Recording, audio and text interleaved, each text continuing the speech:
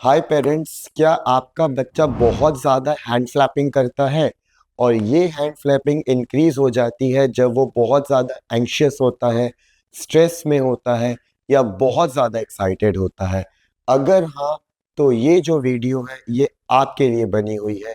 तो इस वीडियो को पूरे एंड तक देखिए, आपको आंसर मिलेगा कि आपका बच्चा हैंड फ्लैपिंग कर क्यों रहा है। हैंड फ्लैपिंग जो लगभग हर बच्चा करता है। नाउ ये हैंड फ्लैपिंग अगर 3 साल तक की एज में चली जाती है तो ये एब्सोल्युटली नॉर्मल है। लेकिन कई केसेस में, जैसे कि जिन बच्चों में सेंसरी इश्यूज होते हैं या जो ऑटिज्म स्पेक्ट्रम के बच्चे होते हैं या फिर और भी कोई स्पेशल नीड प्रॉब्लम होती है, उनमें ये हैंड फ्लैपिंग बहुत सालों तक रहती है। तो इस वीडियो में मैं बेसिकली बताऊंगा कि नॉर्मल हैंड फ्लैपिंग में और अगर आपका बच्चा बहुत ज़्यादा ऑटिज्म स्पेक्ट्रम में और हैंड फ्लैपिंग कर रहा है तो दोनों में डिफरेंस क्या है। और इसके बाद हम लोग बहुत डिटेल में डिस्कस करेंगे कि ये हैंड फ्लैपिंग को रिड्यूस कैसे किया जाए। देखिए, 3 साल तक हैंड फ्लैपिंग अगर आपका बच्चा कर रहा है तो ऑटिज्म में भी और नॉर्मल में भी लगभग रीज़न सेम होते हैं। 3 साल तक का बच्चा जो होता है उसका उसका कम्युनिकेशन इतना स्ट्रांग नहीं होता। तो कहीं न कहीं अगर वो बच्चा बहुत ज़्यादा एक्साइटेड होता है और वो इतना ज़्यादा एक्सप्रेसिव नहीं है, तो वो हैंड फ्लैप करेगा। इसी तरीके से अगर वो एंग्शियस होता है, तो भी हैंड फ्लैप करेगा। कई बार हम देखते हैं कि अगर बच्चे ने कुछ तीखा खा लिया या कुछ उसको पेन हो गई या कहीं पे चोट लगे, तो वो ज़ोर से हैंड फ्लैप करता है। नॉर्मल बच्चों में डेफ़िनेटली ये हैंड फ्लैपिंग 3 साल के बाद बंद हो जाती है।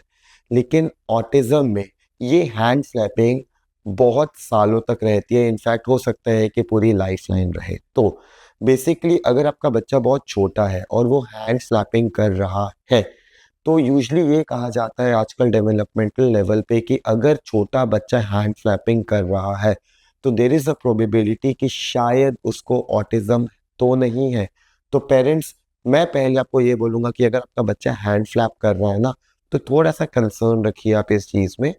और अगर आपको लगता है कि थोड़े से फीचर्स उसमें हैं, जैसे वो आई कॉन्टैक्ट भी नहीं कर रहा, नेम रिस्पॉन्ड भी नहीं कर रहा, तो उस केस में हैंड फ्लैपिंग भी कर रहा है, तो थोड़ा-सा कंसर्न्स दिखाइए और स्ट्रेट अवे अपने पीडियाट्रिशियन, डेवलपमेंटल थेरेपिस्ट के पास जाइए और एक बार उनके साथ डिस्कस करिए। मीनवाइल अगर आपका बच्चा नॉर्मल है और आपके सारे साइंस ऐसे हैं कि जब नॉर्मल की तरफ है, सिर्फ हैंड फ्लैपिंग है, तो टेंशन बिल्कुल भी मत लीजिए, बिकॉज़ वो हैंड फ्लैपिंग अपने आप चली जाएगी। तो चलिए अब हम डिस्कस करते हैं कि अगर हैंड फ्लैपिंग ऑटिज्म में है या फिर किसी सेंसरी नीड की वजह से आ रही है, उसको कैसे हम रिड्यूस कर सकते हैं या क्या वो बंद होगी भी या नहीं होगी। देखिए, अगर जो मुझे फॉलो कर रहे हैं मेरे चैनल में, आप लोगों को डेफिनेटली ये चीज़ पता है कि स्टिमिंग बहुत कॉमन होती है स्पेशल नीड बच्चों में। मैंने अपनी वीडियो में बहुत क्लियरली आप लोगों को ये चीज़ बताई हुई है कि स्टिमिंग एज़ अ थेरेपिस्ट या एज़ अ पेरेंट हम बंद नहीं कर सकते। स्टिमिंग तभी बंद होगी जब बच्चा खुद करेगा। और दूसरी बात है, स्टिमिंग एक सेल्फ ऑर्गेनाइज़ करने का तरीका होता है। तो यूजुअली मैं एकदम नहीं बोलूँगा कि आप लोग हैंड फ्लैपिंग या फिर कोई ऐसी स्टिमिंग को सडनली बंद करें। मगर इसका मतलब बिल्कुल नहीं है कि हम लोग किसी भी स्टिमिंग पे वर्क नहीं करेंगे। तो हम लोगों को डेफ़िनेटली स्टिमिंग पे वर्क करना है। तो आइए अब मैं आप लोगों को बताता हूँ कि जब हैंड फ्लैपिंग होती है तो उसके डिसएडवांटेजेस क्या है, क्या-क्या नेगेटिव इम्पैक्ट्स है, एंड देन उन नेगेटिव इम्पैक्ट्स को हम कैसे रिड्यूस कर सकते हैं। आपने एक्चुअली कभी हैंड फ्लैप करके देखा है कि क्या फ़ील होता है? मैं आप सब पेरेंट्स को बोलूँगा जिनके बच्चे हैंड फ्लैपिंग कर रहे हैं ना, आप ज़रा कंटिन्यूअसली टाइमर लगाइए 2-3 मिनट का और अपने हैंड फ्लैप करिए जैसे कि वो बच्चा कर रहा है।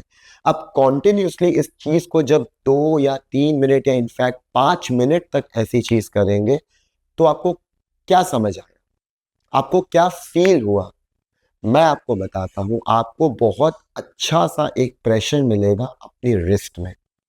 एग्ज़ैक्टली आपका बच्चा भी यही कर रहा है। जब बच्चा बहुत ज़्यादा हैंड फ्लैपिंग करता है, तो वन ऑफ द रीज़न्स हो सकता है कि उसकी प्रोप्रियोसेप्टिव नीड्स बहुत हाई हैं। कहीं न कहीं वो ऐसे करके अपनी एनर्जी को चैनलाइज़ करवा रहा है। ऑब्वियसली हैंड फ्लैपिंग के साथ उसके 2-3 और कोई ना कोई ऐसे फीचर्स भी होंगे, जिससे कि आपको लगेगा कि आपका बच्चा प्रेशर सीक कर रहा है या प्रेशर रिलीज़ कर रहा है।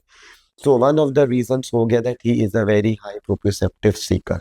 अनदर रीजन ये होता है कि बिकॉज ऑटिस्टिक बच्चे नॉन वर्बल होते हैं, वो एक्सप्रेस नहीं कर पाते अपने आप को, तो कहीं ना कहीं उनको पता है कि ये एक ऐसा एक्सप्रेशन है जहाँ पे ईदर मैं मना कर सकता हूँ कि ये चीज़ मुझे पसंद नहीं आई, या फिर ये एक मोड ऑफ कम्युनिकेशन भी पता लग जाता है कि ओके मेरे पेरेंट्स अगर मैं ऐसे करूँगा तो कहीं ना कहीं उनको कुछ पता लगेगा कि something is wrong in me. तो ये कहीं ना कहीं because of lack of speech, because of lack of communication बच्चा करता है। इतनी सारी बात करने के बाद इसका सोल्यूशन क्या है? देखिए सिंपल सोल्यूशन, अगेन मैं दोबारा कह रहा हूँ कि स्टिमिंग को हम नहीं रोक सकते, लेकिन हम देखते हैं कि एक्सेस फ्लैपिंग करने से प्रॉब्लम क्या क्रिएट होती है बच्चे में। तो ऑब्वियसली जैसे मैंने आप लोगों को बोला है कि आप 5 मिनट तक फ्लैप करिए। अब इमेजिन करिए कि एक बच्चा तो 2 साल 3 साल 5 साल से फ्लैपिंग कर रहा है। क्या आपने कभी नोटिस किया उनकी रिस्ट की पोजीशन कैसी है? आप देखिएगा उनकी रिस्ट की जो स्ट्रेंथनिंग है वो बिल्कुल वीक होगी। हमारे मसल्स ना लास्टिक की तरह होते हैं, अगर हम उसको ओवर यूज करेंगे ना तो वो लूज हो जाएंगे। हमारे जो जॉइंट्स है वो लिगामेंट्स के साथ लाइक अ सेलो टेप नहीं होती जो दो एक स्टिक को पेस्ट करके रखती है, इसी तरीके से हमारे लिगामेंट्स होते हैं। तो ऑब्वियसली अगर आप दो चीज़ों को खींचोगे तो वो जो हमारा सेलो टेप है वो भी लूज हो जाएगा। एग्जैक्टली तो अब होता क्या है कि एक्सेस फ्लैपिंग करने से यहाँ की जो रिस्ट की मसल्स हैं वो बहुत ज़्यादा वीक हो जाती हैं। अगेन फ्लैपिंग को मैं नहीं रोक सकता। अगर मेरे पास कोई बच्चा थेरेपी के लिए आया, मुझे लगता है कि उसकी फ्लैपिंग बहुत ज़्यादा है, तो मेरा सबसे पहले गोल होगा कि किसी तरीके से ना उसकी रिस्ट की स्ट्रेंथनिंग की जाए। अब यहाँ पे ना 2-3 तरीके से थेरेपिस्ट पेरेंट्स को समझाते हैं। एक, कई पेरेंट्स बोलेंगे नहीं सर आपके बच्चे की मसल टोन बहुत वीक है, तो मसल टोन वीक होने की वजह से ना हमें स्ट्रेंथनिंग एक्सरसाइजेस करवानी है। कई थेरेपिस्ट बोलेंगे नहीं आपके बच्चे की प्रेशर नीड्स बहुत ज़्यादा है, तो हमें थोड़ा-सा उसको प्रोप्रियोसेप्शन एक्सरसाइजेस बहुत ज़्यादा करानी पड़ेंगी। कहने का मतलब ये है कि आप ये बोले या वो बोले, ट्रीटमेंट प्रोटोकॉल लगभग सेम होता है। सो अब हम इस चीज़ को और डिटेल में समझते हैं। क्या ये फ्लैपिंग सिर्फ रिस्ट तक ही रह गई है? बिल्कुल भी नहीं। देखिए, अब मुझे ध्यान से देखिए। क्या आप कभी ऐसे फ्लैप कर पाएँगे? नहीं कर पाएँगे। जानते हैं क्यों? क्योंकि यहाँ पे शोल्डर्स को उठाने के लिए आपकी मसल्स की रिक्वायरमेंट है। तो जो फ्लैप करते हैं बच्चे वो यूजुअली हमेशा बॉडी के क्लोज रहते हैं और उनकी फ्लैपिंग ये रहती है। इसका सबसे बड़ा नेगेटिव इम्पैक्ट ये आता है कि जब बच्चे फ्लैप करते हैं सिर्फ रिस्ट वीक नहीं होती है, उनके शोल्डर्स भी वीक हो जाते हैं। और अगेन जब रिस्ट मेरी वीक है तो डू यू थिंक कि मैं कोई भी चीज़ को एक स्ट्रॉन्ग लेवल पे पकड़ पाऊंगा फिंगर से? बिल्कुल भी नहीं।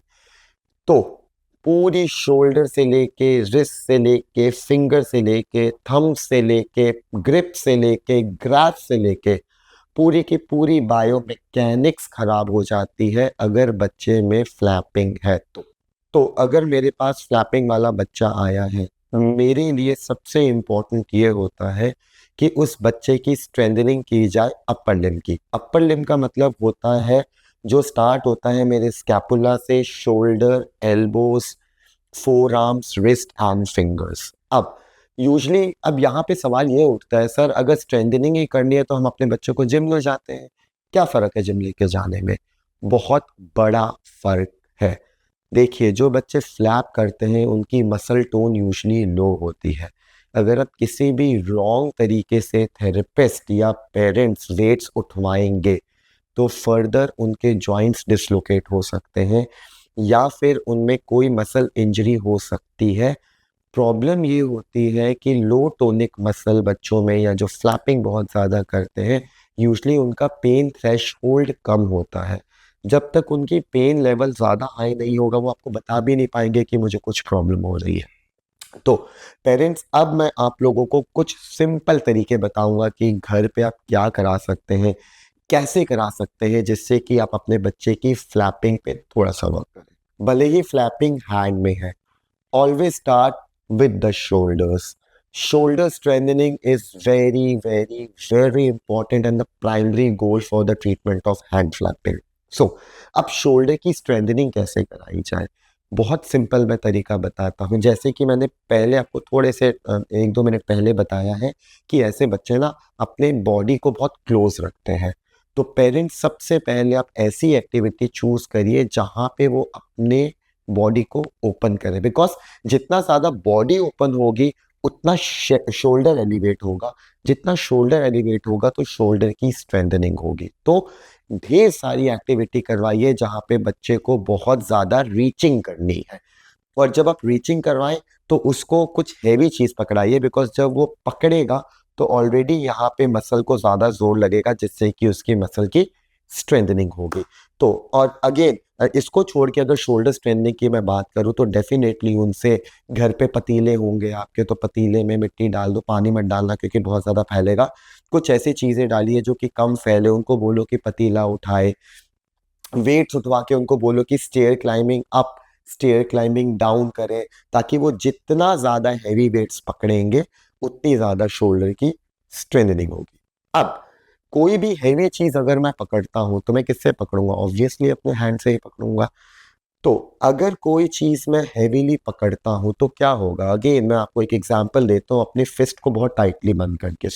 यहाँ पे मैंने अपनी फिस्ट को बहुत टाइटली बंद किया, तो क्या हो रहा है? आप मेरे साथ करिए जो वीडियोज़ देख रहे हैं, तो आप देखेंगे कि यहाँ पे अचानक से मसल टाइट हो गई है। कहने का मतलब ये है कि आप अपने बच्चे से जितने ज़्यादा वेट्स उठवाएँगे, उतनी ही रिस्ट की स्ट्रेंथनिंग होगी। जितनी ज़्यादा स्ट्रेंथनिंग होगी, उतनी ही उसकी प्रोप्रियोसेप्टिव सीकिंग, उसकी प्रेशर सीकिंग रिड्यूस होगी। तो अगेन अब हम क्या करा सकते हैं रिस्ट में? आप उससे बाल्टी उठवाइए, आप उससे एक-एक हाथ से उठवाओ, आप उससे दोनों हाथों से बाल्टी उठवाओ, उससे डिफरेंट तरीके के वेट्स उठवाओ। इनफैक्ट अगर आप चाहें तो आप अपने बच्चे को वॉल पे कुछ ऐसे पेस्ट कर दीजिए कलरिंग वलरिंग के लिए, एंड देन उसको बोलो कि वो खड़े होके कलरिंग करे, या फाइन मोटर एक्टिविटीज जैसे हैमरिंग टॉय हो गया, कोई पेग फिक्स करना है, बिकॉज उससे अगेन शोल्डर तो मेरा उठेगा ही उठेगा, बट उसके साथ मुझे उस काम करने के लिए एक्स्ट्रा प्रेशर लगाना पड़ेगा अपने रिस्ट पे। So again you know what, कई पेरेंट्स होंगे कमेंट में बोलेंगे कि सर हमें ना और एक्टिविटीज लिख के दो। क्यों मैं लिख के दूं? मैंने आपको कॉन्सेप्ट समझाया है, आप अपनी एक्टिविटी खुद बनाइए। अगेन हम बेसिक रूल समझते हैं कि हैंड स्लैपिंग को कम करने के लिए क्या कर सकते हैं। एक, शोल्डर पे बहुत ज़्यादा वर्क करिए, रिस्ट की स्ट्रेंथनिंग करिए, बिकॉज इन दोनों से ही फ्लैपिंग रिड्यूस होगी। नाउ मैं ना आप लोगों को एक चीज़ वीडियो के एंड में फिर क्लियर कर देता हूँ पेरेंट्स, हैंड फ्लैपिंग एक स्टिमिंग है, मैं नहीं रिड्यूस कर सकता। तो एज एन ऑक्यूपेशनल थेरेपिस्ट मैं सिर्फ हैंड फ्लैपिंग की वजह से जो बायोमैकेनिकल प्रॉब्लम उस बच्चे में आ रही है, उस बायोमैकेनिकल प्रॉब्लम को सॉल्व करूंगा, उसकी मसल की स्ट्रेंथनिंग करूंगा, और मैं ट्राई करूंगा कि जो फिजिकल वर्क करा रहा हूँ वो उतनी इंटेंसिटी पे करवाऊं कि बच्चे को एक्चुअली वो प्रोप्रियोसेप्शन प्रॉपर मिले, बच्चे की वो प्रेशर नीड थोड़ी सी सॉर्ट आउट हो। इसी तरीके से आप हैंड फ्लैपिंग को रिड्यूस कर सकते हैं। आई होप हैंड फ्लैपिंग आपको अच्छे से समझ आ गई हो, और वो पेरेंट्स जिन्होंने मेरा सेंसरी सिस्टम की वीडियो सीरियल वाइज देखी है, प्रोप्रियोसेप्टिव वेस्टिबुलर देखी है, उनको तो बहुत अच्छे से समझ आ गई होगी। So parents again, hand flapping को बहुत टाइम लगेगा रिड्यूस होने में, बट जरूर होगी।